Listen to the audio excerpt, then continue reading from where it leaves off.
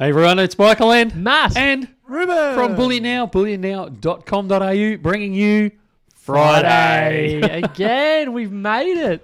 We have. Who would have thought? I'm shocked that you've made it, if I'm honest. Well, I'm shocked my voice has turned up because it wasn't Yeah. there earlier this morning. Yeah, I thought, this morning it's going to be the Matt and Ruben show. We'll have to flounder our way through, but here we are. Yeah, way too much partying over in Perth, I'm afraid. The old Yeah. voice box didn't cope with it. Yeah. So you can't even blame that. Those that are over in Perth can attest to the fact that you arrived there with, Yeah. flat or not flat, but your voice wasn't playing ball. No, it wasn't, and it hasn't all week, and it's now starting to flare my asthma. So if I disappear in a coughing fit, don't stress, it's just asthma. But fun and games. So, how are we all? Very good. Yeah. Very good. It's been an interesting week, particularly the start of the week. It's too early in the stream maybe to get right into it, but it's been action packed. There's been a lot of. But I kind of feel like we're on the, when you've gone to a big event sort of thing and you're out the other side and you kind of flatlines a little. It flatlines, but I'm picking. See, it flatlined for me as well. But I thought Friday will be good. We can all catch up and debrief and get together and reminisce on what was a very big start to the week with the release of the Year of the Snake coins. It was huge, wasn't it? I thought it was. I'll fill in the space when you have your little coughing attacks. Well, I try to breathe. I thought truly that we'd peaked with our Year of the Tiger live stream celebratory, unveiling of the that design. was pretty epic, wasn't it? Yeah, there was. We even had a custom cake for the occasion, but somehow we one-upped it by being at the Mint in person. It was a couple of people in the chat, obviously, like Dan the Collecting Man was there, and Mando was there, and a few others I think have been saying it. For the tour as well. I would have to say I've been to the Perth Mint many times, and I love going to the Perth Mint. It's one of my favourite things to do out of any of the mints I go to around the world. I think Monday set a new high watermark. It was one out of the bag. Yeah. The way they operated over there, how smooth the whole operation went, the stuff that they allowed us to see. Yeah. The tour they gave was pretty much, and this isn't to denigrate either one of the tours, but it was pretty much a lot of that tour that Ruben and I went on, that Ruben filmed. There was a lot of that was in there, and in fact, some of it that we went through last time when Ruben and I went through, Neil was kind of saying, "Oh, well, we probably shouldn't show you that." And this time they waltzed people straight through in there, and it was amazing what they showed us and the exposure they gave. So it was fantastic. I think it was the best one I've been on. Absolutely the best one I've been on. Well, and prior to this, I'd only done the open to the public tour. So I thought, if we can see a few more, slightly more behind the scenes things than that, I'll be impressed. But I didn't expect it to be the full spectrum of, from Woe to go. Yeah, the whole production process. It wasn't just, here's, a quick overview. It was in depth. And I said this morning when we had a brief debrief on the whole thing. I said, next year, or even if it's not next year, even if we end up back there sooner rather than later, I think there's going to be a fair bit of interest if, as we've seen people in the chat, if anyone wants to share their experience. I'm not sure if it's just the three of us that were reeling from the whole thing, but I think the whole thing went off incredibly well. And so much of that is a credit to the team at Perth, who did such a good job with the planning and organisation. And I love that it reflects positively on us as well, because we weren't that organised. And I'll confess, Ruben and I were a little nervous heading over, thinking, if our world tour planning is anything to go by, we leave a little bit up to, figure it out on the day. But they had crossed every T and dotted every I, and everything was so well organised, and it just made all the difference that it wasn't a schmozzle, getting in, getting out. Obviously, there's a lot of factors to consider with moving such a large group through. But through a secure place. yeah, exactly. The whole thing went off without a hitch. I was very impressed. Funnily enough, it was Ruben that got held up more than anyone, getting in and out. But we got there in the end. There's always one. It was actually good that it was me, as a staff member as opposed to someone else coming along, because I could kind of follow behind a little bit, having gotten to do it before. Yeah. Yeah. So anyone that went, like if you managed to catch up with anyone that went over there, ask them about it, because it's just, don't believe the three guys that have got a vested interest in saying it was great. Yeah. Talk to the people that were there, even coming out of the first section. And I don't know how much I'm allowed to say, because some of those sections are super secure that we went into. But, the people coming out of the room that we were in were going, mate, the whole time is worth it just for the 10 minutes that we just spent in that room. Yeah. It was just amazing. So, look, a huge shout out to Perth Mint. Like, you went, like, well and truly beyond what any of our expectations were. So, a huge thank you to all the staff over there at Perth. I know it was under slightly trying circumstances where you were slightly abandoned by one of your illustrious leaders who decided to go to Bali instead. But what you managed to pull off was just world-class, first-rate, best we've seen. So a huge thank you from the BN family for allowing that to happen and for organising it all. So, yeah. Similarly interesting to non-stackers as well. Fraz91, who was there, says it was great. That my wife got to see where all my money goes. She is not a stacker and loved it. So interesting, even outside of just the kind of vested interest I'd say we have in seeing where the things we unbox and stack ourselves come from. Yeah. And it was exciting for me as well to see what...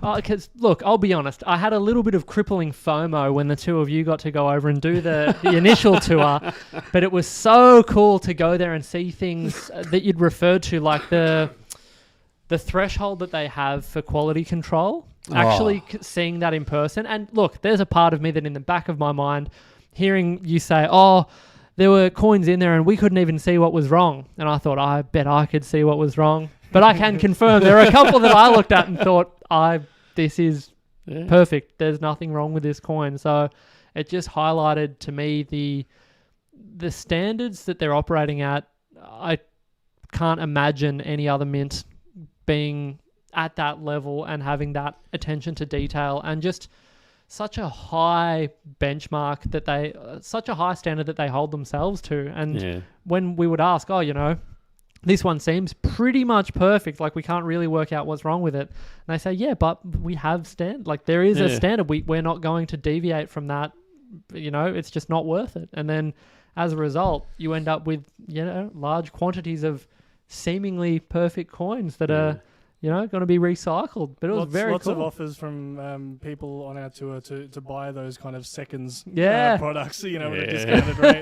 There's no way they're going to... Yeah, something Perth wasn't too keen on. Yeah, there's no way they're going to let that sort of stuff out in the wild. Yeah. And it's, you kind of know Perth Mint's quality's right up there. And, we've sold it through the shop for years, and you always go, look, Perth Mint, this is going to be good.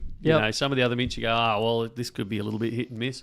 But Perth Mint's always going to be right up there. But I think once you go and do those tours, like the behind-the-scenes tours, and you actually see what goes on, it gives you a whole new level of appreciation of the quality that they do produce. Well, I think there's some food manufacturing and things like that people see how it's made and go, I'm never touching that again.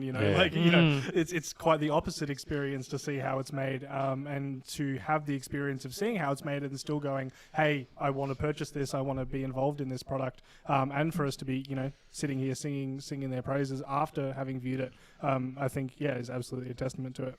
I thought it was great that they let us see, like not just us who work in the industry, but the Bullion Now family that we had in there. Let us see coins that hadn't even been released yet. That was so cool. That felt very, very behind the scenes. It wasn't just, strictly here is the production process. It was here is the live thing being made. It wasn't just conceptual. It was getting to witness it firsthand, which I think I can't imagine, getting to see that sort of thing. It was really, really incredible. And I think it just brought so many things to light that, because here at Bullion Now, we deal with the I guess, the end of the line. We Yeah. deal with the product is there, and I think sometimes we take for granted the amount of expertise that goes into production of these things that we handle, because from seeing the raw material and then the end product, it's and you've said it before with things like the kangaroo that it's too cheap, and Yeah. I left the tour thinking that as well. I thought pretty much everything here is too cheap given the level of knowledge, how many people are involved in this operation. Everything's too cheap. I would not be bent out of shape if they increased prices on everything, because it is such an impressive operation they've got going there. Yeah, absolutely. Let's broaden it up a little bit to the release of the Snake this week. Yeah. How do you think it went? What's your takeaway from it? I think every year we kind of have to have a little debrief following Lunar. How did it go this year, do you think? And I guess people in chat will probably light up with their own takes on it. But yeah. I think the release went okay. It was never going to be. There's only one dragon in every series. The dragon is always going to be the most popular coin out of the whole lot. So you're never going to have the same impact that the dragon has. However, having said that, it was still a good release. We still saw large volumes go through. The designs were certainly well received. There's very little negative feedback, and even the negative feedback that I've been hearing, it's been relatively minor. I like the design. I just don't like the way they, this leaf is, or the way the snake bends this way, or so the overall feedback I've thought has been very good. As per usual, the platinum, just went. Yep. As it does. It just, it was out the door straight away. The gold is selling very well. The silver is selling very, very well. So obviously I'm talking about the 1 ounces in this at this time. So I can't see them lasting through till Christmas. They never do. So I'll be surprised if we see them much beyond the end of October in most bullion stores. I mean, you'll always find them here and there sort of thing, but as a general rule, they'll start selling out. I'd suggest being called to sell out by the end of October. Yep. With those. So if you're after the 1 ounces in any of those metals, make sure you grab them sooner rather than later. You have been warned, because quite often we get phone calls, in March and April next year saying, "Oh, I'm just after a 1 ounce." What do you mean you've sold out? Doesn't it run throughout the whole year? It's like, no, if you want them, you've got to grab them when they're there. Yep. And then you've got the other sizes which are made throughout the year. Bearing in mind some of the sizes haven't been released yet, and even though, and I say this frequently, but I don't know if it's a message that gets through, they are unlimited in their number, the other sizes. However, that doesn't mean that they'll produce an unlimited number. They are mint to order effectively. They do batches of them, and once those batches run out, then they'll try them, get them back onto the production line, and they'll do another batch. So you quite often find, as we're starting to see now on the wholesale lists, that fairly soon they would have stopped producing around the end of July, the Dragon, and we're already seeing them sold out on the wholesale lists in some of the sizes. Some of them will hang on. I think I said last week that I could still get one of the rabbit sizes. I think is still available. Oh, cool. So some of them hang on for a longer time, but usually, particularly the silvers, they're done and dusted fairly quickly once they stop producing them. Was also very cool, and this is to hark back to the tour experience, to meet Sean Rogers, the designer of the snake. Yep. That's something, because as people know, we tend to give our critical artistic opinions, invalid as they may be, on any and all designs that we see come out of the mint. So to be able to hear directly from the designer himself, some of the inspiration, and to learn that he has such a keen interest in snake design and dragon design and things like that, I think it gives you a whole new aspect to appreciate of the designs, as well as as we'd already said, I had already said that I loved the composition of this particular coin, the way this is the silver one that I'm referring to, the way the snake is framed in amongst the whole design was just unreal. So it was very cool, and to see some imagery of the coloured version as well was Yeah, quite a thrill. So you did a good job, Sean, and yeah, it was super cool to meet him as well. Yeah, Desi, they're different designs between the silver and the gold. Yes. And Drogue, that is one of the big problems. That's why we sold 21. And I know you say you got a full tray, so it's more than 21. That's 100.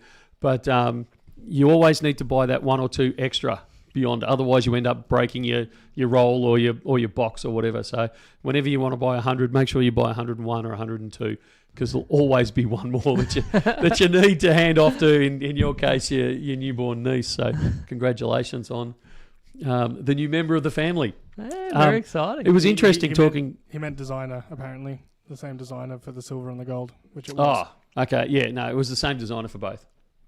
It was interesting talking to him about the scales, to Sean, how he actually works on each individual scale. It's not some broad brush, I'll just zip it down, with all the scales. He actually places and designs every single scale on the snake or the dragon, to a point where the jeweled, is it the jeweled dragon that he did, or the jeweled snake? Oh, it was a dragon, wasn't it? I think it was. No, it was. It would have been the snake. It would have been, yeah. Yeah, but he was saying there that he hadn't realised that they were going to stick a diamond on each scale. Oh, really? That he created for it. So for those that aren't sure, Perth Mint produce, I don't know if you can find one really quickly, Rubes, just a picture. They produce every year or so a jewelled coin. So it's a 10-ounce gold? Yeah, I think it's a 10-ounce gold coin. But it's actually... do you want the snake? Yeah, well, you can bring the snake up. It doesn't really matter which one you grab. But it's a 10-ounce gold coin, I think. But it's three-dimensional. So the animal or whatever they're producing will actually come out of the coin. And they're worth, $250,000+. They're serious amounts of money. But yeah, on this one, I think they were selling it at the Perth Mint for $380, I think someone said, because each scale has got a diamond on it. Yeah, look at that. Yeah, that one there. So that's the snake from 2023. So they're just they look fantastic in a picture. If you ever get a chance, have a look at one in real life, because they just jump out at you, and they are there's no way I'm going to spend $380,000 on a coin, but if I was going to spend $380,000 on a coin, that's a good way to do it. That is exactly the way that I would do it. It's just unbelievable. I was dazzled by the packaging alone. Yeah, the way they With present its own, it. custom pelican case for it, and spinner. Yeah. Yeah, they've really thought of everything. It's very impressive. It's incredibly impressive, and that's an incredible design, as are the current snakes that Sean's designed. So big kudos on that one, mate. You've done well. Speaking of designers, there was also we didn't document it or anything like that, but there was a bit of an apology from Michael that occurred. You want to share that little story with us? So it turned out that the day that we were at the Mint, so was a certain designer, Natasha, of the kookaburra on a bird bath. Infamous. So I paid my dues and went over, and I humbly apologised for the storm that I've caused over that kookaburra on a bird bath, and she was really good about it. She had a bit of a laugh, and I don't think it had impacted her too much. Yeah, but it was good. You did the right thing. You made amends for what could have been. You don't need that. Bad energy in the air. Yeah, that's right. So, that was good. I wasn't sure how she was going to take it, but she was really good about it. So, yeah. To continue that on slightly, because we're never going to have that end, someone else has sent through, this time from Perth. They showed us in person while we were over there, but we have two. Double. But because this one is Perth, I'm saying that this is in its natural habit. Natasha being over there in Perth, this is clearly something that she might have seen in her. That looks like the bird bath from the design. That's a very similar style. Kookaburras aren't native to Western Australia. Are you sure? Well, they're over there. Exactly. A senior coin designer over at the Perth Mint told me that kookaburras aren't native over there. Really? Yeah. Oh, news no to one me. told the kookaburra that. That's right. Existing on bird baths. So that one doesn't count. But no, it was very nice to meet her and have that interaction. Yeah. So what did we think of the Sunday night? That was great as Before we let well. go of it Yeah, totally. it was very nice to have an informal catch up as we presented it. I think Yeah. it's always nice to, and like we've said in the past, anytime we do events like these, it's always nice to get along to these things if you are a viewer of the channel and you enjoy this nature of discussion, because a few people commented on the Sunday night that it was quite funny to feel like they were in a live stream when we had a little bit of banter here and there, and they thought, this is bizarre. It's, this is sort of how we interact. It's not really... This isn't a show. Well, Yeah, I mean, it is a show. it is, but yeah, it's not really... Yeah, we're not presenting. There are times, like even this morning, when we have a little bit of an attempt at a planning meeting for what we'll discuss in the stream, and we have to cut ourselves off and say, oh, we're doing the stream. Like this conversation, this is it. So we don't want to... We're using all our own material and Exactly, we've you forgotten can't about do it this afternoon. So it's nice to know that the stream is appreciated and that people enjoy it. But furthermore, it's nice for us to, put faces to names and get a bit more... familiar with the people that watch the stream. So it was really great. No, I love those sorts of things because it's working in the shop on steroids. You actually get to meet the people and sit down and in a really relaxed environment actually find out who the Bullion Now family are. Yeah. And it's really good. Yeah. It's really particularly, like you said, that you don't have a queue at the door. The phone's not ringing off the hook. It is very relaxed, and you can sort of get the best of everyone involved. So that was a hoot, and we really appreciate how many people made the effort to come down, because Ruben flagged with me that he thought, it might be pretty quiet. We might not need to... And I said we don't need to bother booking a table, but fortunately we managed to get the biggest table in the pub and we still filled it out and then some. That's right. It was kind of a straight line like this, and then it kind of bowls down at the top as we dragged various chairs in. Yeah. So it worked well. It was a great time. Yeah. We haven't talked about these yet. Oh yeah. So these are okay. Wasn't sure if you wanted to put a break in it so it wasn't too much snake all at once. Oh well, we can come back to. We'll come back to these then. Keep you on the edge of your seat. There's a question there from Tripping Since 88, who apparently teed this up with you last week. We asked about it. Michael, what is happening with palladium? What are your thoughts? Thanks. Palladium. I have a love-hate relationship with palladium, mainly because I live in Australia. So look, palladium's actually on its way up at the moment. It's at a fairly high point, much the same as the others, the other precious metals, but it's probably the highest it's been for probably the last 5 or 6 months, I would suggest. Largely fueled by the Europeans at this stage. So there's an expectation that palladium will catch up. It's been like lagging behind the other metals. So that's kind of pushed that through a little bit. So it could even be at a bit of a short-term high. Now, there's a couple of things working against palladium, and it's one of the reasons why I would prefer platinum over palladium. Palladium is, using the words on its way out sounds like I'm discounting it altogether, and I'm not. As a longer-term investment, I think it's actually quite good. But it's in the throes of the industry doing the reverse of what it did 10, 15 years ago, where everything moved from platinum, like the catalytic converters and those types of things.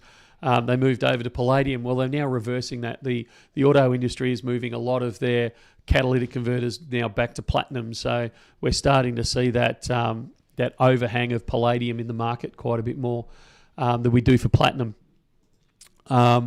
We're also seeing quite a bit of the newer technologies favouring platinum rather than palladium.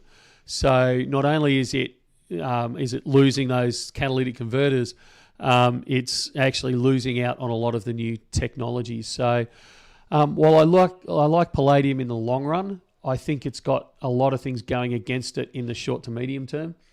Not least of all being in this country that it incurs GST. So I'm not saying don't invest in it. This is not financial advice. We need to slide that in there. I'm not saying don't invest in it. I just think that it's both its fundamentals and its charts are not looking, or its technicals, I should say, use the correct terms, its fundamentals and its technicals aren't looking fantastic at this stage. Unless something drastic changes over the next few months, I would say we're going to see it kind of peter up and down around here. Long term, I think it's a great story. Short term to medium term, not so much. Well, we're kind of on that, a little bit left of centre. Investments, SOC says, thoughts on oil? Do you think it is undervalued? How much credence do you give the renewable energy sector? I give a lot of credence to the renewable energy sector because governments and big business are throwing billions of dollars at it and will continue to do so. You need to, big money doesn't get big by being stupid. So if the big money is moving in there, there is something in the story. So whether it just be for political gain or whatever, that green market will certainly have a tailwind for the next decade or so at least. Oil itself, I think, is too cheap, but that doesn't mean it can't get cheaper. I would be surprised if it didn't keep heading downwards, barring any major outbreak of conflict in the Middle East. That's always the curveball on oil. But you're going into an election in the US. There is no way the US is going to allow oil prices to go up, or the US government will, because no sitting government will remain sitting in the US if oil prices go up too high. So there's a lot of interest in pushing oil down lower. So I would suggest that while I believe it is cheap at the moment, I think it will probably get cheaper over the coming 12 months or so. With the big asterisk there, and it's a massive asterisk, the big asterisk there of it all depends on what happens in the Middle East. And China to a degree.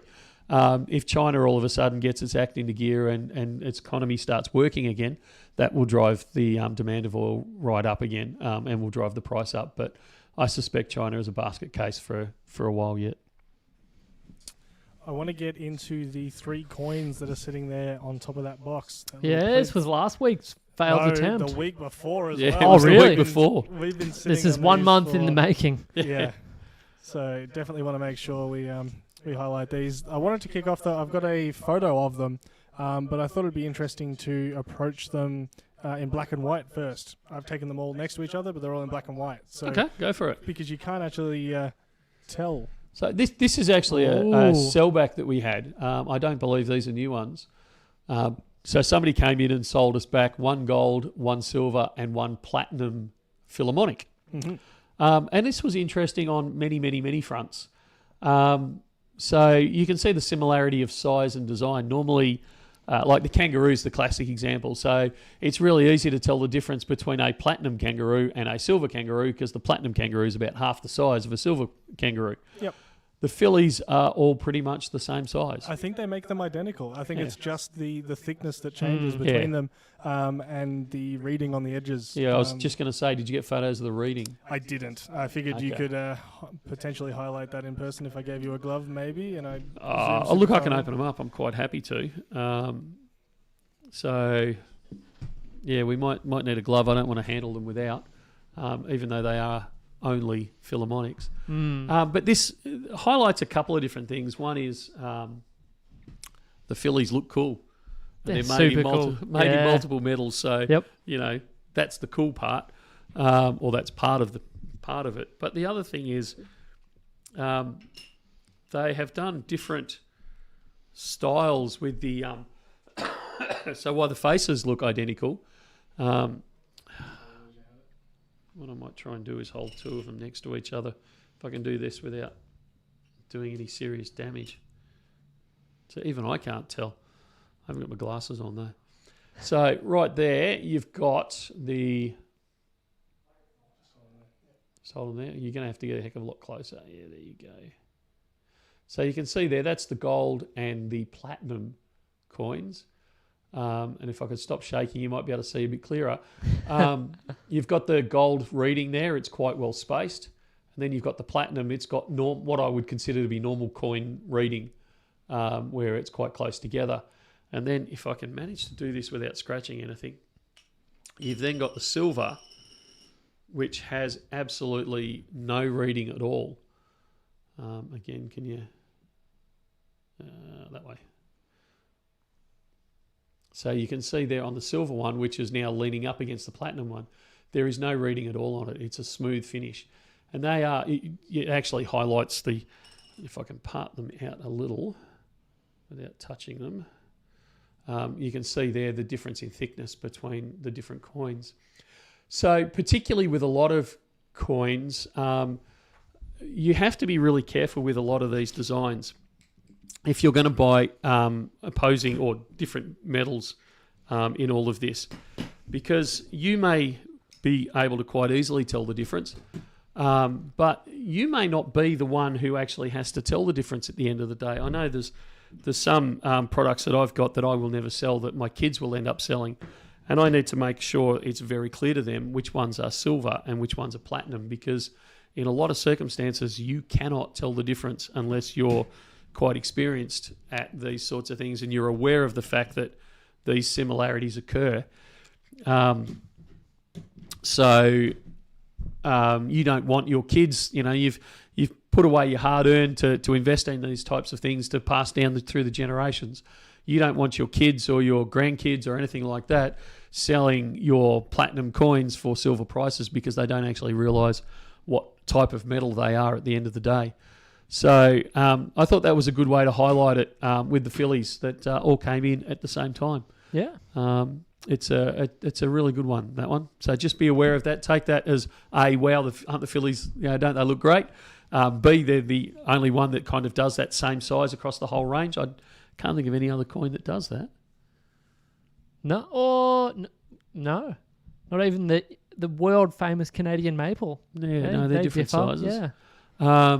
But then C, obviously, it's those similarities that you have to be careful of because it can bite future generations on the backside. I also think, again, if the staff of the Mint, the Austrian Mint, are watching, put different instruments on different metals. That would be cool. Well, what else are you going to put on there, though? Kettle drums and things? Sure, why not? I don't know, some cymbals. I don't know. Come on, that's not a full symphony orchestra. No, it's not. Yeah. Surely there's more instruments in the philharmonic, orchestra. Yeah. You're right. There's an opportunity. Yeah. Well, there you go. You're welcome. Anyone watching? Yeah, who has the influence to make that decision? Oh, love it. Yeah. We have had questions in the shop, the phones, and now in YouTube chat asking about the Lunar Series 2 half-ton unboxing. What is the go? Oh, yeah. You do this every time. Unreal. It's pure. It's honestly, it's come back to a time thing. It's a scheduling thing between you, your voice, and Alex, who needs to come in as your backup because it's a massive unboxing. And being in the correct state. Well, that would help. I mean, we were taking out the first part of this week because we were in WA. But what you got to remember is there's a heck of a lot of boxes to unbox. And I mean, Ruben and I did one today. We allowed to talk? Yeah, we'll talk about it anyway. Just don't tell anyone. But we unboxed a stack of Golden State Mint stuff today. And while there was only, what do you reckon, a dozen boxes, Rubes? Yeah, a dozen, maybe 15 boxes. Yeah, maybe a few more. And there's probably five or six different coins and bars. It still took us probably, 20, 25 minutes to shoot that video because you've got to go through all the boxes and sort it out and, all that sort of stuff. The Series 2, it's a lot more boxes with a lot more variety and they're a lot more mixed up. It's not one variety per box. We'll find there's quite a few in there. So either you're going to have 2 hours of me going through every single box on YouTube, or we get Alex in, and Alex and I can move through them. I think the last one took us about half an hour, didn't it? It was quite a while, quite a long one. But, there was lots of different variety in them, and I enjoy having the two of you because it's like, okay, you've got into a box, let's take a look at what you're looking at now. Yeah. Or, you've got into your box, let's swap over here. It's kind of a little bit more bam, bam, bam. So with those bigger unboxings, you need multiple people there, and coordinating that and the time, and as you can hear by my voice, the logistics of a few things. You don't want the epic quiet unboxing where I whisper through the whole lot. Maybe some people would enjoy that. So a nice lull to ease you into sleep. What do you call that those sound things. SMR, yeah. I'll whisper in your ear as I open these boxes. Ruben's cringing in the corner now. Yeah. Let's move on to some stacking questions. We've got Strange As says, question for the both of you. What is your favourite release from Perth Mint in 2024? Ooh, that's a good question. I love the Brumby. I love the new Brumby. Sorry. In the coloured or the Bullion? Well, in the Bullion, seeing it at the Mint, yeah, that's going to be it. Oh, I don't know. What do you got, Michael? I'm going to maybe flip-flop here. No, look, I called this one right back in March this Lunar year. Dragon. The Lunar Dragon. The Lunar Dragon bar. Yeah, Lunar Dragon bar. I still think that's one out of the can, that one. I might be a little controversial and even seems like I'm pandering to Sean because he's such a good bloke, but I actually really like the snake, the silver snake. Like, I think that's really grown on me a lot. And like we've said this before, and this sort of applies to a number of different same with music. Like, for me, you watch a documentary on the artist, they explain the story and how it all came together, and I think, I get it now. I get it a bit more. And hearing Sean present and explain all of his process and things like that, I think has given me a newfound appreciation for that design. So it may even be the snake. I actually really like the snake design. I can see why you're saying that. Yeah, and it's grown on me more and more. And I'll be even more controversial and say I fully am on board with the departure from the mother and baby motif. I don't know how you would logically put it into this design. Yeah, I agree. So should they have stuck with the same designer from the get-go, or do you like that they're now, it looks like opening up to change throughout the series? Well, I'm not sure if we're allowed to say. I'm assuming we're allowed to say. We got a little bit of insight on that from Wade. Yeah. So basically, the initial designer created the overall brief for the 12 coin series, and then it was different artists have been selected over time to participate in it. And I think in that sense, it's nice that as a collective, you have different artists represented in the broader collection. So, that's, I don't know, that might even be a poll question right there, Ruben, that you've just hit on. No, I think it's good that they use different artists for each one, because different artists will have different strengths. Yeah. Like, obviously, Sean has a strength with dragons and snakes. Yep. So things with scales. Yeah. So, like, to not use him because someone did the mouse, is ridiculous. You play to your strengths, and that's obviously his strength. Yep. So use the team that you've got. I think it's absolutely. I think you need to play to the strengths.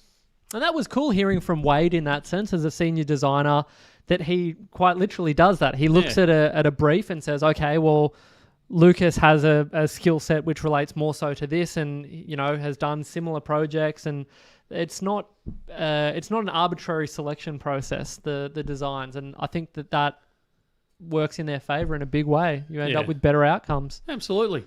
And then you've got the proverbial what happens if the guy gets hit by a bus halfway through the series. Yeah. You need you need that skill to be across all the multiple designers. So, exactly. Yeah, I think it's I think they have to use the multiple designer system. Yeah, I think so too. I think Ruben's broken the pole, or the pole has broken the Ruben. I don't know. That's exactly what happened. So. Slight technical hitch in the background. That's why Matt and I are stumbling a little. Yeah, just looking around. Looking around aimlessly. That's all right. We've got a good question from Phil there. It says, I understand your hedging policy, but what happens if you buy stock which does not sell, such as the Tetra Silver? What are you talking about? How long do you keep stock before you sell it at a loss? Oh, how long's a piece of string? Look, there are some items that we carry. The James Bond is the best example that I can give on this one, where we actually bought, at the start of COVID, everyone knows that I like to back everything physically. I don't like to play around with paper contracts. COVID caused us all sorts of challenges, one of which was actually securing enough stock. So we got offered when I say a whole lot, I mean a whole lot of Shreks are a similar vein, although not quite as bad. So we got offered a whole lot of James Bond 1 ounce minted bars at the time. So we took When I say truckloads, we took truckloads of these suckers. It was unbelievable. And it took us years to sell out, and people would say, oh, isn't it terrible? They haven't been popular. No, you don't understand how many of these that we bought. And it was purely from we wanted to hedge perspective, and we wanted to physically hedge. So there are times when we will hold things for many, many years, and it doesn't kind of matter what happens to the price or how long it takes, because we have to hold that metal hedge anyway. So we might as well hold it in that form, because in this case it was available. The Shreks were very similar. They're a Christmas theme, so they only sell, kind of 3 or 4 months of the year in any sort of numbers. So they've taken a few years to go through, but who doesn't love a Shrek coin? Let's be honest here. Yeah, it's true. So It's iconic. They were always gonna work. The Tetris one, that's one that's actually a little bit of a sore point. If you ever bump into ads in the corridor, ask him about the Tetris, and he just about, you can see him curling up in the corner, rocking back and forth. That was one that we over-purchased on, accidentally or on purpose, and I can't tell you which one it was nowadays. We still have a number of the Tetris. They have extra complications with them because some of them, i.e. the colours, incur GST. So, I don't know. Will we flog them off, sell them at a loss? I certainly hope not. We certainly don't try and sell things at a loss, but they have quite a high premium on them, so even on a wholesale sense. So they're a bit more painful to hold than something like the James Bond, which is the example I gave at the start, because there was fairly low premium on those sorts of things. I know that was a long answer to a short question. I hope I answered it properly. I think it did the job. There was a news broadcast that you wanted me to pull some footage out of, talking about, this is more state government related, and the economy. I'll quickly play that now if you wanted. Victorians are on track to pay $1 million an hour in interest payments, and there are growing calls to cut major projects. We're on track to pay $26 million a day, each and every day, just on interest bill alone. As big build spending mounts, Victoria's net debt is forecast to reach $188 billion within 3 years. Moody's is now the second global agency threatening to downgrade Victoria's credit rating. This would be a reflection of their concern about growing debt in Victoria. A credit rating assesses a government's ability to pay off debt. If the government can't control its spending, interest rates go up, and so do debt repayment. The state government has brushed off the credit rating threat, insisting the economy is strong, stable and diverse. It's also pointed to modelling by another company, Deloitte, suggesting Victoria will lead the nation in economic growth over the next 5 years. We're losing our good credit, Michael. Yeah, look, this is a non-bullion section of although I'm going to tie it back to bullion in a minute. This is what happens when governments get out of control, which is exactly what happened. I'm not trying to make political statements here. This is just, reading the tea leaves, reading the numbers. But the crux, or what I wanted to draw out of that, was the fact that very soon we're going to be paying $1 million per hour in interest in this state. I'll let that sink in for a minute. $1 million an hour, $26 million a day is what we're going to be paying in interest alone on our state government debt that they admit to. That's without all the debt that they hide under all sorts of other rocks and things. So it doesn't appear on budgets and statements and all that sort of stuff. We've got Thomas in here from the US, from America, laughing at only $188 billion. Yeah, but you've got to remember, this is one state. Yeah. This is like Kentucky, having, like looking at their debt. It's one of our states. And you've got to remember that also the US has 10 times the population that we have. Yeah. We've just cracked 27 million. You guys are I think you're well over 330 million now. Yeah, in the US. So, you've got to add zeros where appropriate, sort of thing. But to think that our state is like being charged $1 million an hour in interest alone, and that's before we lose our credit rating. Yeah, it doesn't seem great, does it? Not if it's when you put it in those terms, it like doesn't fill you with enthusiasm, hey? like when I go to the bank and say, look, I'd like $500,000 or whatever to buy a house, the rigmarole that I have to jump through to get that. Yeah. Which muppet at which bank is going, sure, $1 million an hour, no worries, we can load you up with a bit more debt. Like, seriously, fellas, what's going on here? And how do you get access to that bank? So, Oz dude, you make an interesting point, and yet Victorians keep voting them in. I'm going to put something slightly different to you. I don't believe at the last election that we actually elected the Labor Party back in, even though that's actually what we did. I think it was the fact that we had no one else to vote for. There was no one else on the ticket that was actually standing up. So, like, when there's only one choice on there, what do? And if you wanted to vote left wing at all, you had basically the Labor Party there with the Greens. And there was a few minor parties there, but there wasn't anything major. If you wanted to vote right wing, you had Liberal who, like, no one even knew the name of the Liberal leader at that stage. And like, we're going into a state election and no one knows who's leading the party. I mean, come on, what sort of serious challenge is that? And then beyond that, you had a myriad of other right-wing parties, from only just right-wing through to well and truly right-wing. And so if you wanted to, there was no central kind of party you could vote for. So everyone just scattergunned it across the board. So there was no serious challenge there. So I still come back to the fact that we didn't actually vote Labor back in. There was just no other option. They were the least losers of the auction of the vote count, and so they won by default. I think we've done a good job here of avoiding politics. Yeah, perfect. Yes. Chirping says, Michael, can a state of Australia default?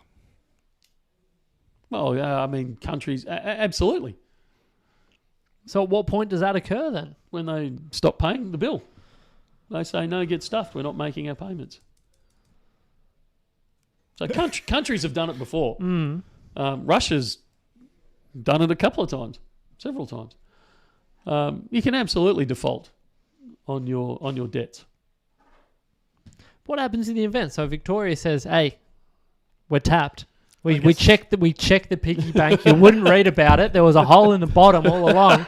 We can't make the payment. Well, I guess what do we do? I guess we just sell out to Sydney? It does seriously then impact that worldwide credit rating, and you're just not going to be able to get any more, into debt because no one's going to take it. Look, realistically, have to move to Tassie. I mean, we basically had this happen once before. So back before your time, back in my time, and it still cracks me up every time I drive past the tennis centre there where they've got the John Cain Arena. Yep. Because John Cain and Joan Kerner crippled this state back in the 80s. Oh, really? Absolutely gutted this state, and it was as broke as they come. Like, it was done for. And we had Jeff Kennett, and love him or hate him. And I stand on both sides of that equation, because I was growing up very near to Latrobe Valley at that stage, and he sold off all the power stations. So that decimated the whole area where I lived. So love him or hate him, he sold off the public assets, and he got Victoria back in the black again, well, blackish again, and got us going again. That's the sort of thing that has to happen all over again. But he was fortunate, and again, I'm not making any political statements here. This is just, the facts of the times. He got control of both houses, the upper house and the lower house, at the same time. There is no way he could have done what he did if it had been what we normally have these days, where one house is controlled by one party and the other house is controlled by the other. And I don't want to go too far down the political rabbit hole here, because we'll start losing people tuning in, because it's as boring as it sounds. But because he had control of both houses, he could just ram raid everything through, and that's what he did. And as soon as he lost control of that, he was out the door pretty much. Oh, well, there you go. But he rescued again, love him or hate him, you have to recognise the fact that he rescued the Victorian economy, and yet here we are, 30 years later, and we're back to square one again. $1 million an hour. Just let that settle in a minute while you think about your mortgage. Yeah, see, I thought, our cost of living was tough. But this isn't the This isn't the repayments. This is just the interest component alone. Yeah, so you're not even touching the sides. Nah. Even if we paid back $1 million an hour, we would not get any further ahead. Yeah, not great. Have we got any feel-good subjects that we can tack on here? We are going to circle Everyone's back going to to just the- be depressed to lead into the weekend. We're going to circle back to the snake. The snake is going to loop around back onto Like a itself. real Ouroboros That's type it. of thing. Yeah. That's exactly it. And we're going to take a look at those cards. Oh, we Oh, want to talk yeah. about the coloured snake first. Yeah. Can do. Can we talk about what the snake is, Ruben? Because you were absolutely on the edge of your seat. I You're almost was- shouting your question at Sean. I was excited. What is it? What gives? I was excited to find out because there's nowhere on the Perth documentation. It's just a snake, and so that's it. Getting to chat to the designer is like, well, what is this snake? It is a pit viper. There you go. A good Australian snake, that one. Is it not? No. Ah. Come on, Sean. What were you thinking? But It looks great, though. It's a I killer. think the reason he's chosen it is because of some of the crazy colours you can get on it. They come in like greens and blues. I've got a photo up there of some of the kind of blue colours Wow. that come through. And yeah, Which very, may very or may cool. not look like the colour of the next snake coming out. He's My- actually aced the pose Yeah, he has. in his representation of it. That's very, very cool. Yeah. As cool as Michael. That's as much as agreement you'll get from Michael Yep. about the Well, snake being cool. I made my snake comments off camera so I could get them out of my system. And I won't repeat them on camera. Yep. Fair call. But now we can probably move on, I suppose, can't we? So this next little bit, I reckon, is the sleeper of the whole series. Mm-hmm. So for those of you that were lucky enough to get to the Perth Mint on day one of the Lunar release, so that would be for the proofs, and then the Monday when we were there for the release of the Bullion coins, the Perth Mint had printed up these stunning things. Are you going to grab them, or are you just going to focus in? So they produced these things. Now, they're only available from the Mint. They are only available on the day, so you can't... Where am I going here, Rubes? There we go. So you can't get them... Tell you what, you just got to think backwards on this thing. Well, you should have rested it on this thing. You've got a platform right here. Yeah, well, that would have been sensible, wouldn't it? So they produced these cards, and you could collect one of these cards when you purchased either a silver coin or a gold coin, and they've got a bit of a burst on the back, which says first day of issue and just a bit of information on them. And then Sean was available. You can see in the bottom... Oh, he just cut away from me. I did because I was going to show this. Way! So that is the designer, that's Sean, and that's him signing some of these cards for different people who've come through and purchased the snake on the day. So forget all those things that you see online where you go, the first day of, early release, I think they call it, don't they? Early release coins that you can see. There are very few of these in existence. Yeah. So what did we say? 200 of the gold And 1,000 of the silver. and 1,000 of the silver is all there is in existence. You could only get one if you actually purchased the coin on the day. You could only get one if you purchased the coin on the day at the Perth Mint. You couldn't even come into Bullion Now and get one of these. Yeah. So these are super rare. And you And know what super happens? cool. Yeah, and absolutely super cool. They've done a brilliant job with them. But as happens with these types of things, I reckon that this is the sleeper. Yeah. Because Perth Mint haven't advertised this. They haven't pushed Not it at out all. there. I was really surprised. Even if you Google, signed Lunar 1-ounce snake 2025, I did see a Reddit post from someone who got the first of the golds. They were showing 001 of the Oh, golds. cool. But besides that, it's quite hard to find any info. It's not like, here's a design. We'll be doing this on the launch day, and come and grab this. It's kind of it's fairly quiet. A few of the forums and things like that talking about them, but that's about it. Well, that's our job. That's where we come in. That's Well, it. yeah, that's part of it is we're making people aware of it. But I think you're going to find that over the coming years that these things are going to become almost priceless because people will start paying a fortune for them. It's like the Ander show coins Very and similar, things yeah. like that, which, there's very few of. They're an official release from the Perth Mint.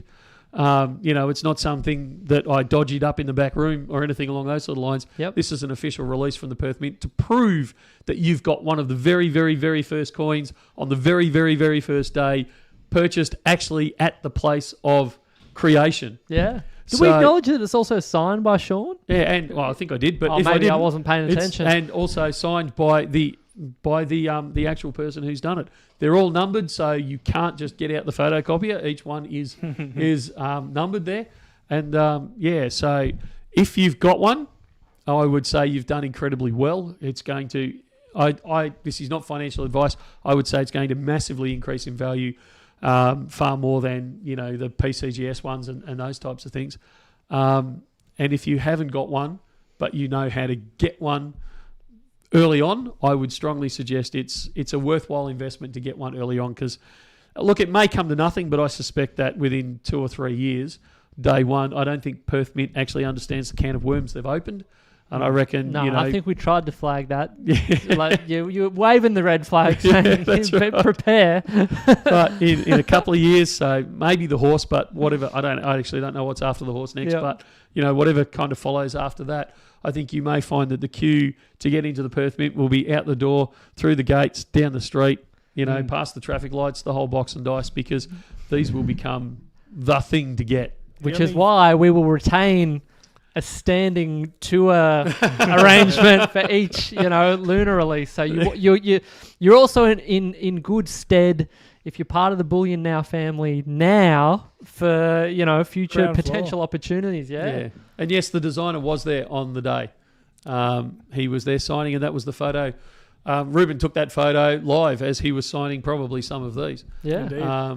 Indeed. So the only thing that worries me is getting the message that this is a product that actually exists out to the wider community. There'll be people in the US and Europe and things like that. We just told them. Okay. Okay. All right. Fair point. Yeah. So it's the more the community finds out about it, and the more the community starts talking about it, the more they're going to be pursued quite extensively, I would suggest. So, look, like I said, it may come to nothing. I suspect it won't. I suspect it will be a couple of years' time. I suspect Perth Mint will be going, why did we do this? Why did we start this? And the designer will be saying, please, I'm getting cramps in my hand. I need my hand for my designs. Yeah. Oh, dear. So, keep your eye out for those. And if you have them, take care of them. Yeah. Don't just chuck it in the, willy-nilly in the safe with your stack or wherever you're storing your things. Keep them, dry and out of direct sunlight and so forth. And uncreased. That's the one. Don't be folding them. Yeah. Good stuff. So everyone's going, I knew I shouldn't have just stuffed it in the suitcase. Just jammed it in my pocket. Yeah. Good stuff. What else we got, Rubes? There was an article talking about the price of gold and the stars aligning for a bit of a breakout in the price that you sent through to me this week, and I'll quickly flash that up on screen. This is the problem. I send you these things on, Sunday or Monday or Tuesday, and Okay. by the time Friday comes around, I go, what are we talking about again? that one. There we go. I can't remember this one. You're going to have to zoom in and read it real quick. Investors are piling into precious metals as they prepare for the US Federal Reserve to kick off its easing cycle this week, with commodity strategies tipping silver and gold prices to keep on rallying well into next year. There was a couple of things in this one that I thought was interesting. This is the one where I attached the photos as well of the prices. Of the US. US dollar. I can throw those up as well. You don't have to jump to it yet, but this one was interesting in that it was, it's mainstream media that's saying, look, gold and silver are becoming these great things, and we're seeing breakouts in them. They're also calling for gold to break through, I think it was 2,800 US within kind of 6 to 12 months, and then certainly through that 3,000 US fairly quickly after that. So it's interesting to see the anticipation of the market actually moving forward where, even 12 months, 18 months ago, you couldn't get, you just wouldn't see this in the mainstream media at all. There'd be no real discussion about where the price is going or anything along those sort of lines. So that was interesting. But the follow-on from this was actually what happened when the US Reserve actually did drop the interest rate by 0.5%. And Rubes, do you want to flick that next one up now? So you can see here, this is taken at 4:22 in the morning. So obviously I don't have a life. Yeah, you've just been snitched on by the time of the kid there. That's right. But you can see there in US dollar terms, the price jumped $23 an ounce pretty quickly. So we were through 25.90, and I think at actually one point it breached through the 2600 mark. But you can see in Australian dollar terms, and this is what I was hinting at last week, in Australian dollar terms, it was only up $3 because the US dollar, the US, when they lowered the interest rate, that automatically drives the value of the US dollar downwards, or the value of other currencies upwards by comparison. And if the price in your local currency goes up and the price in US dollar goes, if the ratio between your currency and the US dollar goes upwards, then you're going to find that gold becomes cheaper. So even though a lot of people have been buying gold in anticipation of these rate cuts, if you're in a foreign country... Oh, we're zoomed in. Why are Sorry. you focusing in on my incredible elbow there? Sorry. Forgot we were zoomed in from the snake there. Yeah. You find that in a local currency term, it may even not go up as much, or it may even ease back a little bit. So, and we've actually seen that a little bit over the following week. We've seen the prices eased back a little bit as people unwind the positions they held, but it's come back more in Australian dollar terms than it has in US dollar terms because of that strengthening of the Australian dollar compared to the US dollar. Does that make sense? Yeah, that was a good one. There was a few comments before thanking Andrew on the phones, and also I think it was it Canberra Stecker asking you, Matt, if an unallocated thing had been actioned. Thank you to Matt today for the help on the phone. Just wondering if Andrew will get to convert the unallocated today. Yeah, Andrew's a whiz. He'll sort it out. Yeah. I have every confidence. I did let him know, but he's also a busy boy, so he'll get there. There is something hiding on the table there, Michael. It might look like just a plinth, but it's actually... Plinth? Yeah, there you go. If you said there was a word that we weren't going to use in the live stream today, I reckon plinth would have been right up there with the best of them. And I would have said Bridgerton last week. Oh, yeah. We're still reeling from the Bridgerton. Matt cannot believe straight under the bus. Threw him under the bus last week about... I told you that in confidence. The betrayal. Oh, well, nothing is sacred anymore. But it is not. It is a product. It is. This is something that we had traded in. I was going to say during the week, but I think it was last week we had this traded in. So interesting things that come out of the woodwork once the prices start to move up a little bit. So you don't see these very often, but this is a 1 kilo proof gold coin. So the kangaroo from 1991. So they're a beautiful coin. Very similar to the design today. The design today? Yeah. Oh, yeah, as in the current design. Isn't it funny? It's a kilo of gold, which is impressive and awe-inspiring in and of itself. But I look at that and just see a mini version of the 1 ton coin. Good on you. So, one of the fascinating things I like about this, if you can zoom back in, Rubes, is actually on the obverse side. So it's not only that we've got Queen Elizabeth on there, which, was probably one of my favourite monarchs, but we won't go down that road. A younger effigy there as well. Yeah, but have a look at the value of it. It's $10,000 is the face value. What is it now? It's about $1,000 they do, isn't it? Yeah. They dropped it to $3,000 for a while, and then they went to $1,000. Wow. So that shows inflation for you. So yeah. Even your gold coin's not worth as much as it used to. So, it's funny that they valued these at $10,000 back when 91. What was the gold price in 91, Rubes? About $800 an ounce. Looking at it. Drum roll, please. I thought you said you had special effects. Yeah, for this. you should have had more filler. Sub 20,000, around that kind of. No. Not how many do they make? What was the gold price then? Yeah. Oh, 20,000 an ounce. Sorry, a kilo. 20,000 a kilo. Come on, what kind of operation are we running here, lads? So 20,000 a kilo. So this would have been worth, probably just over the 20 grand mark. And it had a $10,000 face value. So let's keep round numbers. It was about 50%. Yeah. Now this is worth about $120,000, a bit over. Yeah. And its face value is $1,000. So something's gone a bit skew-iff in there. But they would have paid a bit over 20 grand for it. And now, if doing nothing, they brought it into the store. And I think they got about 122 for it, I think, the spot price at the time. So not a bad return over those. Very good result. Over those 30 years. Yeah.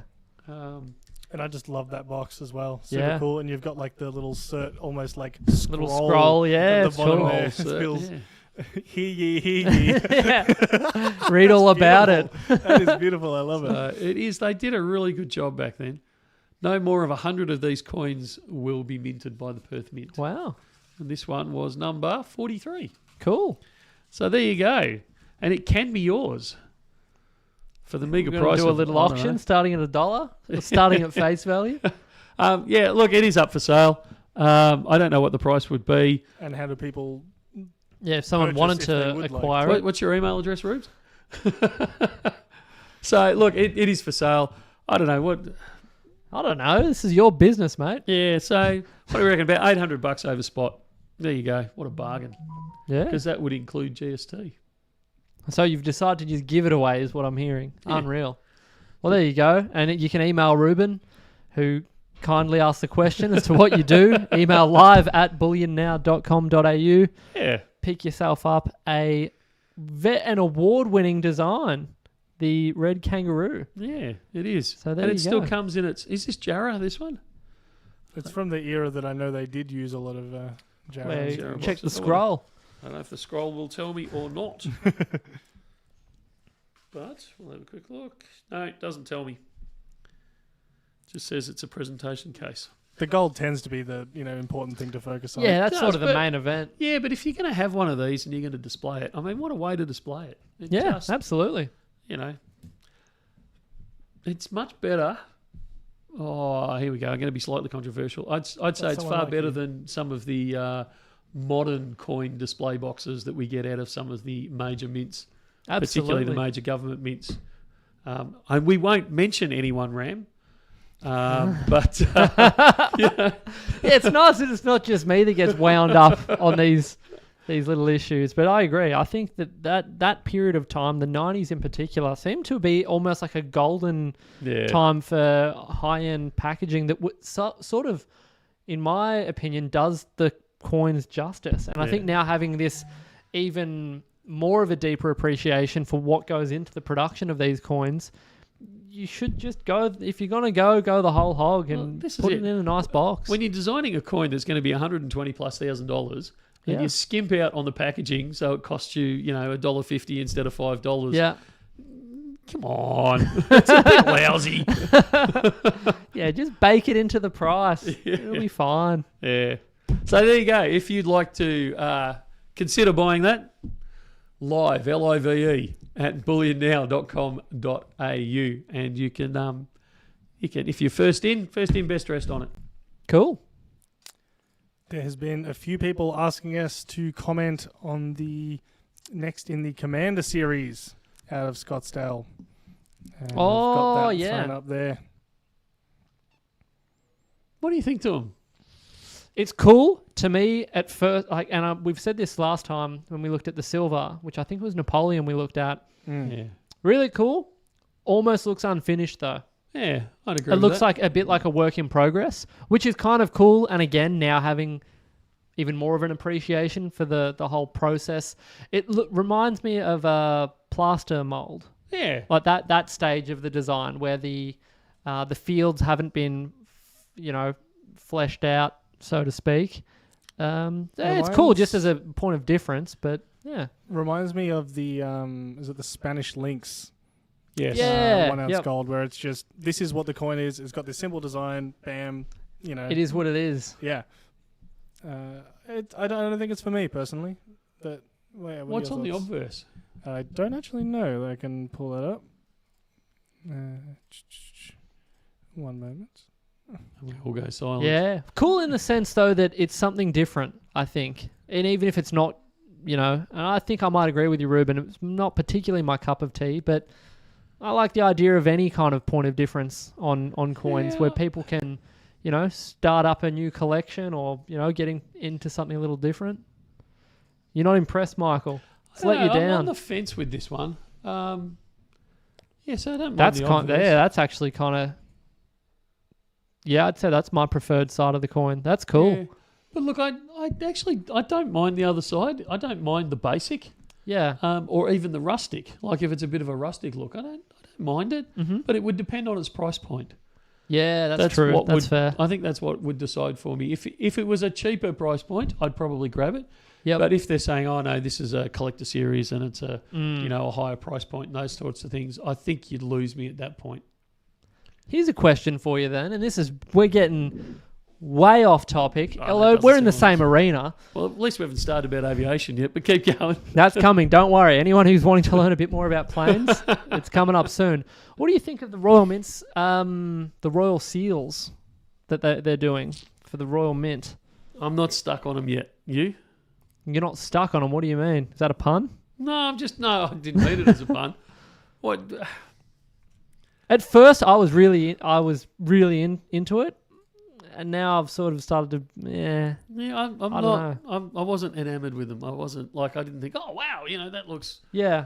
I don't know why. What are you leading to? I'm just thinking. Well, similarly to this, I think conceptually it's a great concept, and I can see how. If I was a participant in the roundtable discussion saying, all right, we want a new coin series, and someone said, well, let's do the Royal Seals in that old wax style depicted on a coin, I can see how it ticks a lot of boxes, but I haven't seen one in hand yet, and I think that might be a determining factor. But similarly, again, kind of cool the idea of things that are a bit far out there from conventional coins. Yeah. To sort of get people looking at their coins and learning a bit about history. I think, and I kind of feel for the Royal Mint on this one, because where else do you go if you're going to do a theme in the UK, it's kind of got to be royal based. But I kind of feel like to a degree they struck on a winner with the Queen's Beast at the start. Yep. And they're trying to replicate that. Well, play off it almost. Yep. Like the Tudor Beast was kind of like, oh, well, it's kind of the same but different. Yep. And now we're going to Royal Seals. It's kind of like the same but slightly different. And, rather than going, okay, well, we've done the Royal, let's go to totally something different. Yeah, let's branch off into the... Aviation, for instance. Knights of the Round Table. Yeah. I don't know. I mean, I'm making crap up now. I just hear the Monty Python song. Yeah, that's right. But, it doesn't... It's a little difficult in the UK, like I said, because it has... that's part of its rich history is the Royal, and the system that was happening over there over the multiple generations. Yeah, but I kind of think maybe step away from it a bit. Go right out there. Yeah. Then after 2 or 3 years, come back again. If you did a famous castles, that'd be cool. Yeah, castles I could see. Yeah, would they do battle depictions? They could. I've been in enough of them over the years. Yeah. Well, that's it. We've got quite a few to choose from. Again, you're welcome, Royal Mint, if you're also watching. I think they stopped watching our streams a little while ago. Yeah. A few people saying there that the photo really doesn't do it justice on the Commander series and that they're quite a thing in person, although the price is a little up there to reflect that. Yeah, look, I'm always wary of artists' impressions. Because a lot can be hidden in there, both good and bad. So I'm always a bit cagey when I see an artist impression and said, what do you think of this? Well, just depends. How does it translate when it actually gets onto the face of the coin? Yeah, when the light hits it. Although that's another thing that was super cool, again, going back to the Perth Mint tour, when we saw the design process of the illustration getting prepared for a relief on it. And the artist was able to manipulate it around, and you could see what it would look like with light hitting it. Yeah. I think it's so easy to look at coins as a simple thing, but once you see how much goes into it, it just gets better and better. It does. Was it? I apologise to all of Perth Mint if I get his name wrong. I think it was Richard. Was it? Was he the tour guy? I think so. Was it Richard? Help me out, I Ruben. believe Help so. us. Yeah, us okay. out. Look, We're all I saying- apologise in advance if I've stuffed it up. But He's only going to be there for a couple more weeks. he retires in, well, I suppose about a week and a bit now. Yeah. Which is just so the gentleman we're talking about, and he featured in the video that Ruben shot of the tour around Perth Mint, but he basically is the dye whiz. Yeah. The Wizard of Dyes. I don't know. Yeah. I don't know what his official The dye title is. master. Yeah, absolutely he is. So he creates the master. Like, I mean, they're all laser cut these days, but he, finishes them off under microscopes and all sorts of things. He's adding in detail, or he's taking out detail that's not meant to be there. He's putting in burrs or taking them out or whatever it is. And he's been there for multiple years. And he creates all these master dyes as well as the other dyes for the production. And they lose him in a week. He's officially retiring. And I said to a couple of the Perth Mint staff, what are you going to do? And they all kind of went, we don't know. Like, how do you replace that depth of skill? Yeah, I reckon there'll be some late night phone calls. Richard, we need some tips. That's right. Can you see that impacting quality or anything for future releases? I don't think Perth Mint would allow it to affect quality. I'm sure they have some behind the scenes stressing going on. I'm in sure that changeover process. It will get managed. Yeah. Someone's getting grey hair as we speak. Yep. Over what they're going to do about it. I'm sure they've got that under control, but it's like in a lot of... I mean, the guy's worked hard all his life. I don't begrudge him retiring. I'm not trying to say that. But losing that depth of skill and knowledge is just devastating. Yeah, absolutely. So, but if you're watching this, Richard, and I've got your name right, congratulations and well done for a very well-earned retirement. Yeah, I what hope a you career. Enjoy it, yeah. Not many people can say I've impacted pretty much every coin that a mint has produced, and he would have had a hand in pretty much every single thing that they produced. Yeah, it's unreal. So, yeah, good on him. A few people there after some details on Pakenham, and more specifically the opening/barbecue. Yeah, I'd like some details on Pakenham. Excuse me. So you were implying the date may have shifted again? No, the date was already shifting. So it's a live date. Yeah, it's very much a live date. Look, I was going to say we're having trouble. We're not having trouble. It's just the usual teething stuff around security and vaults and all that sort of stuff.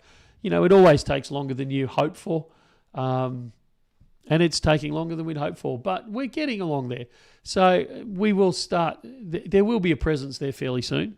The shop opening may not happen until well into October, I'd suggest.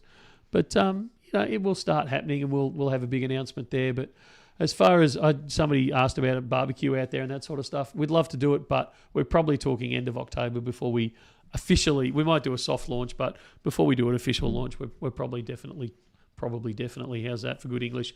We're probably looking the end of October at this stage. Oh, perfect. Sounds good. It will be good. It'll be really good. Desi asking, how much would the Perth Mint be worth and who actually owns it?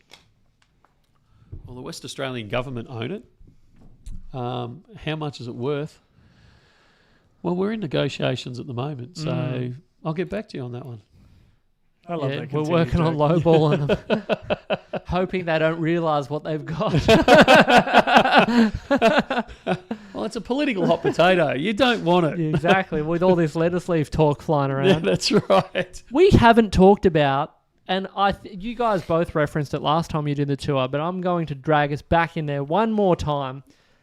The amount of effort and the resource allocation to the 10 kilo coin production, unreal. Like you talk There's about multiple rooms for this one production of a coin. We talk about the 1 ounce silver kangaroo being underpriced.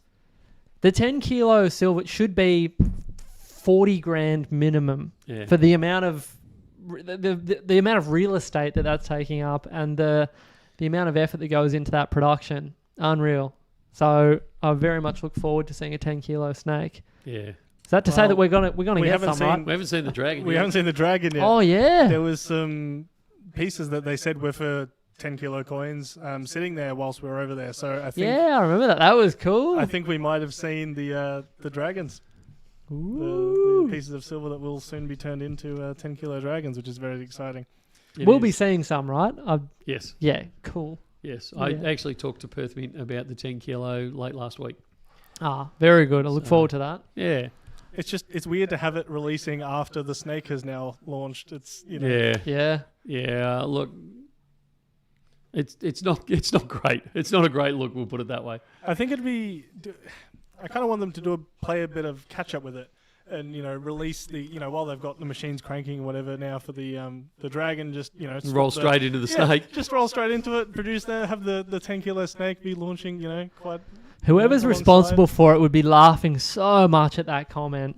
We just say, well, you're already halfway there. Just keep going. Do the whole thing. Whip out another one. Yeah, and they're like, oh, yeah, sure. Well, you think it's that easy? It is such a separate process to the rest of everything else that I feel like it's, I don't know, that it would be able to be running separately to some of their other. Why do we come up with these questions now? We were just there. Save it for next time. Yep. Somebody's mentioning the 2 kilo bees. Yeah. The honeybee. Oh. The red hot rumour is that they're trying to make a smaller version of it. Oh, I did hear whispers about that. Were you meant to say that? No. This could all be hearsay, though. It is hearsay.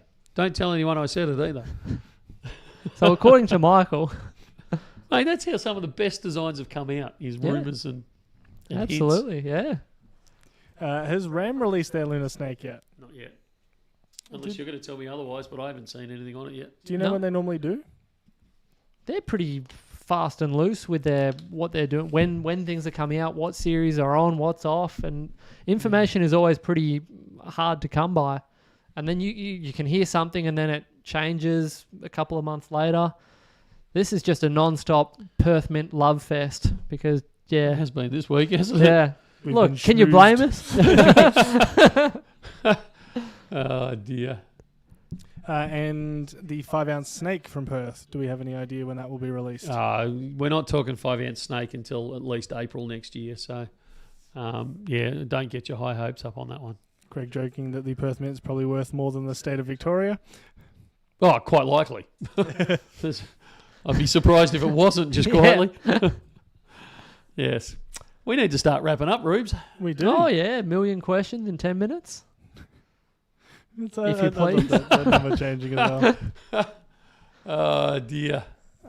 We should also highlight, I will highlight, the video that Ruben and I did on That was Sunday. so cool. That was so much fun. Yeah. That was like... we've done a lot of fun videos. Anytime we get outside, hit the great outdoors, just a change of scenery is nice. And hopefully for, the Bullion Now family that are watching our content, I can appreciate that sometimes this beautiful white wall can get a little repetitive. So, I don't know, it was just cool to get outside and see it tied in so well because we had a little bit of free time and figured, let's do something. We've done we filmed as much as we possibly can of the Mint in previous videos. So the tour that we did was actually sponsored by the Perth Mint. So it was very cool to do something that tied in, was in close proximity to the Mint. And we learned a whole bunch about the local area. So if you're ever in the area, check out the Heart of Gold tour. You download the little app for free and it's a self-guided tour, which was a hoot. We actually had a lot of fun doing it. Yeah. No, it was a brilliant video. If you haven't... It only goes for about 6 or 7 minutes. So if you haven't seen it yet, in fact, it only goes for 3.5 minutes if you watch it at Matt speed. You'll love it. You'll see me running around double time. But tune into that one. That's a good one, that one. Yeah, just a little bit of Perth local knowledge. And after that, I said to Ruben, I can now see how people, make the trek over and move to Perth. So it was really, really cool. There you go. All right, so have we had 1 million questions pop through in that time? That was a good little bit of filler. I want to see if you can relate to this. This is from the Metal Inquisitor. Yep. When I call Bullion Now, Michael said, BN team member, I'm hanging up. Totally fair. 100%. The number of times that one of the boys will come in, or Sylvia or something like that, will go, what did you say on live stream? Oh, I don't know. What did I say on live stream? Well, we're being told that you said, oh, did I? Did I say that, Ruben? I don't remember saying that. Causes chaos because they're still there taking calls and things like that. Not necessarily able to catch everything we're saying if they are watching.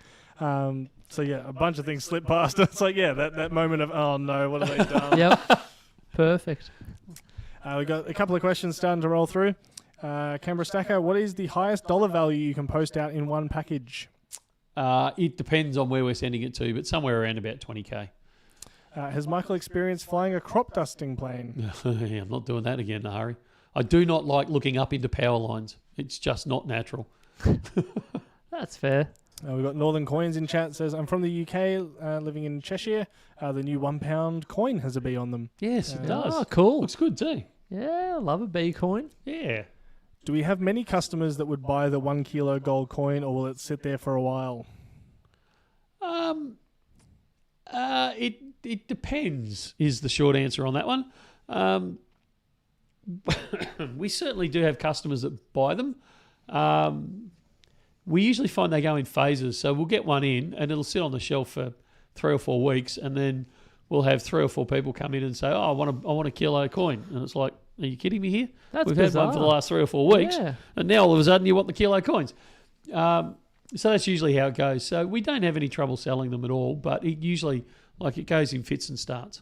That also occurred when we had a batch. I think we had 12 or 14 kilo coins at one point, and it took a little while, and then they all went. And then the following days, a number of people rolled through the store and said, "Yep, let's go. I want that one. I saw that in the video and this and that." And then, yeah, back to the drawing board. Yeah. But it's not the biggest coin we've had. We've done a video on the 10 kilo gold coin that we put through. That was a snake as well. It was a snake as well. Beautiful coin. Very cool. Another one of those. They're cool. Yeah, that sold fairly easily. Mm-hmm. So, why is the face value on bullion coins so low?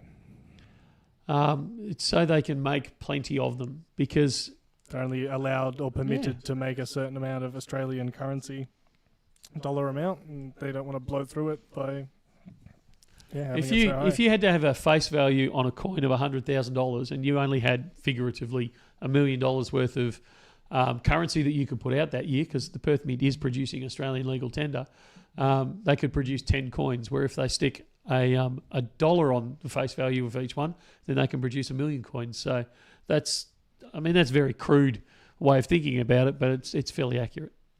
Did we get Jerry's Perth Mint tour shopping list via email? I did, yes. And actually, for any of those, I think we can do a shout out here without causing chaos.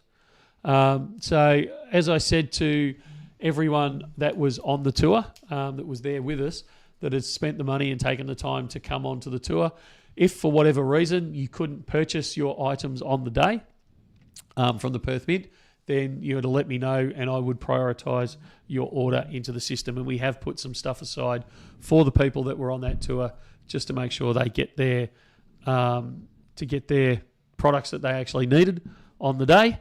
And we have also had some of these signed up for you as well. So you will get the official merchandise from the official first day at the official Perth Mint.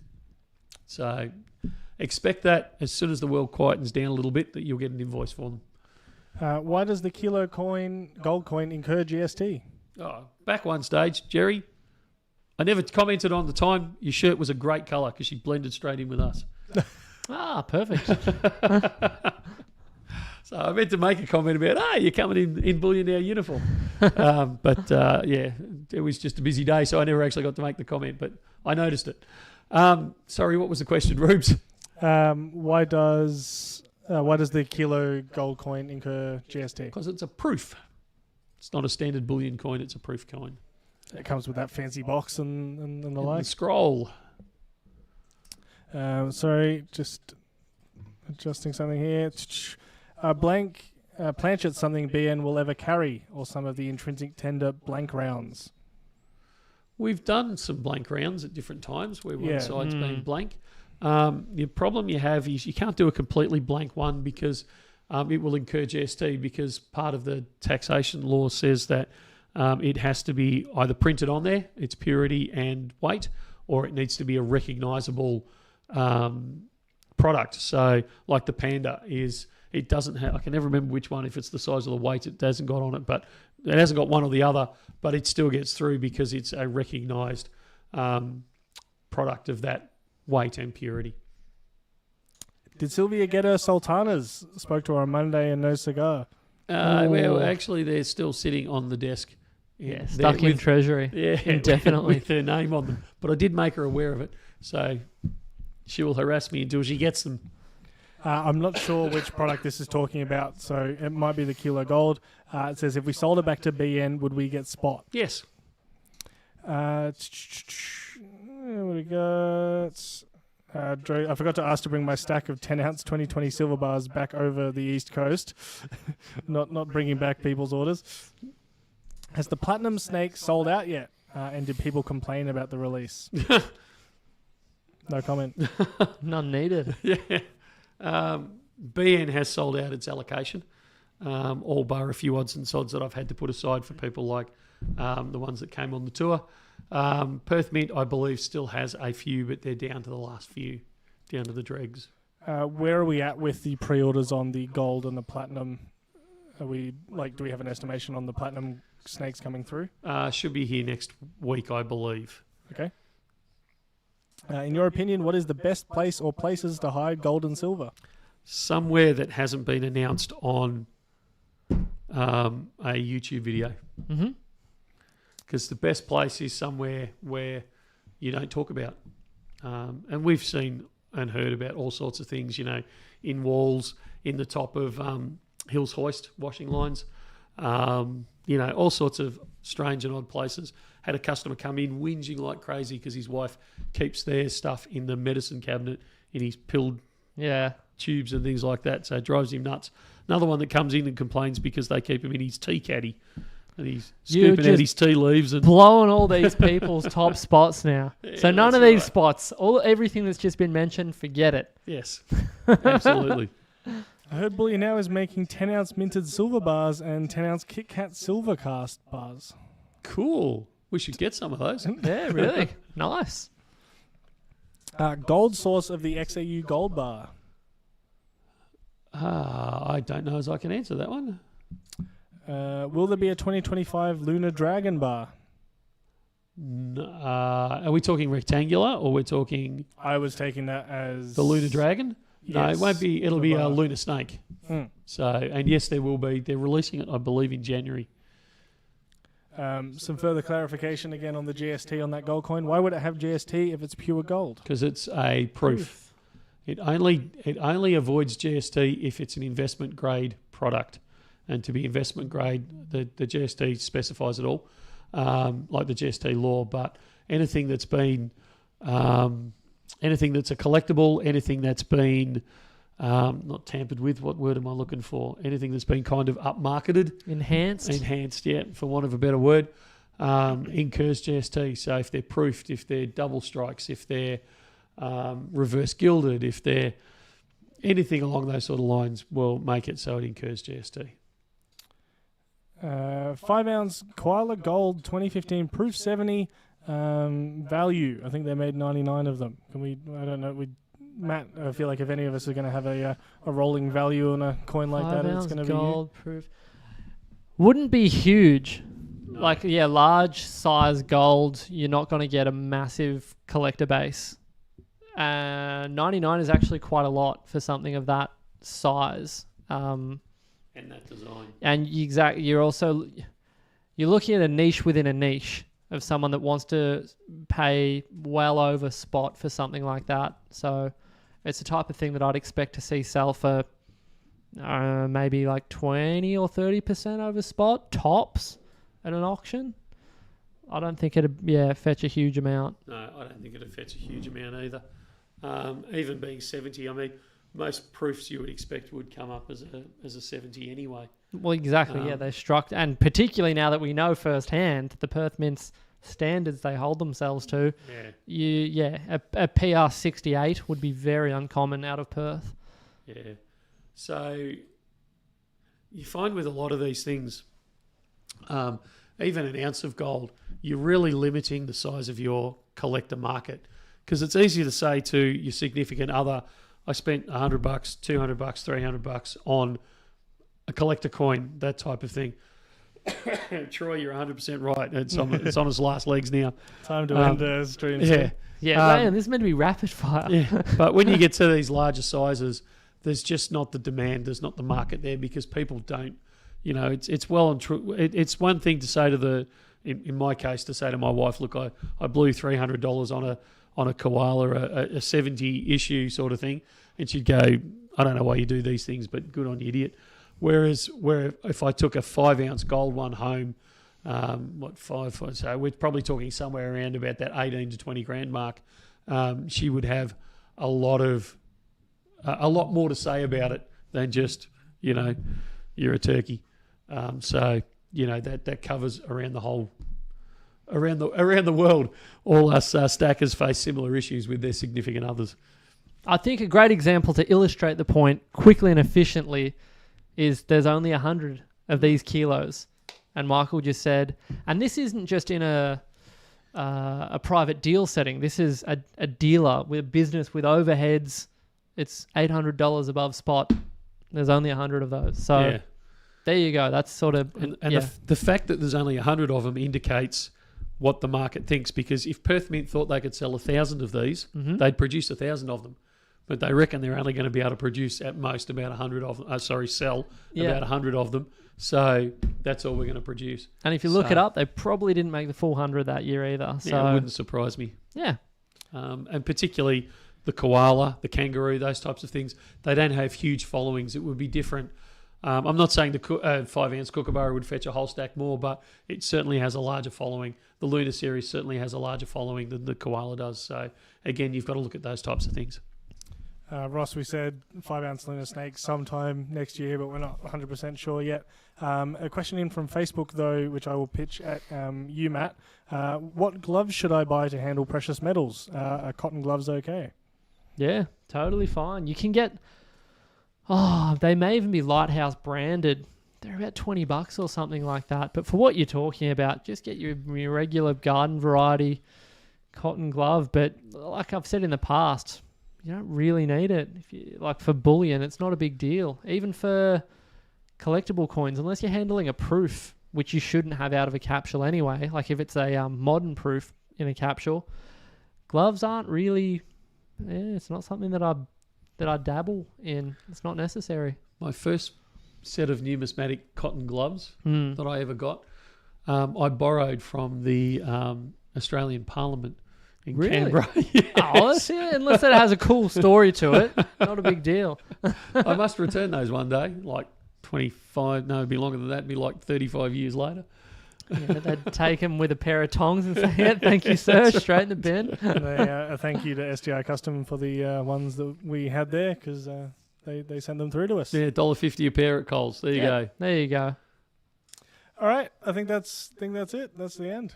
Yep. Of this week. We will be back next week. We've got a few unboxings to come, so long as schedules align and we can actually film them and get them out. But yeah, should be good, and hopefully my voice will return next week. Yeah, you'll be fine. Cup of tea, no stress. Yeah. Thanks again to Perth.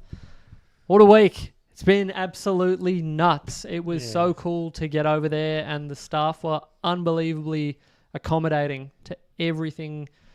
They were anticipating things we didn't even know we wanted. So I don't think we can stress that enough, that they did an incredible job.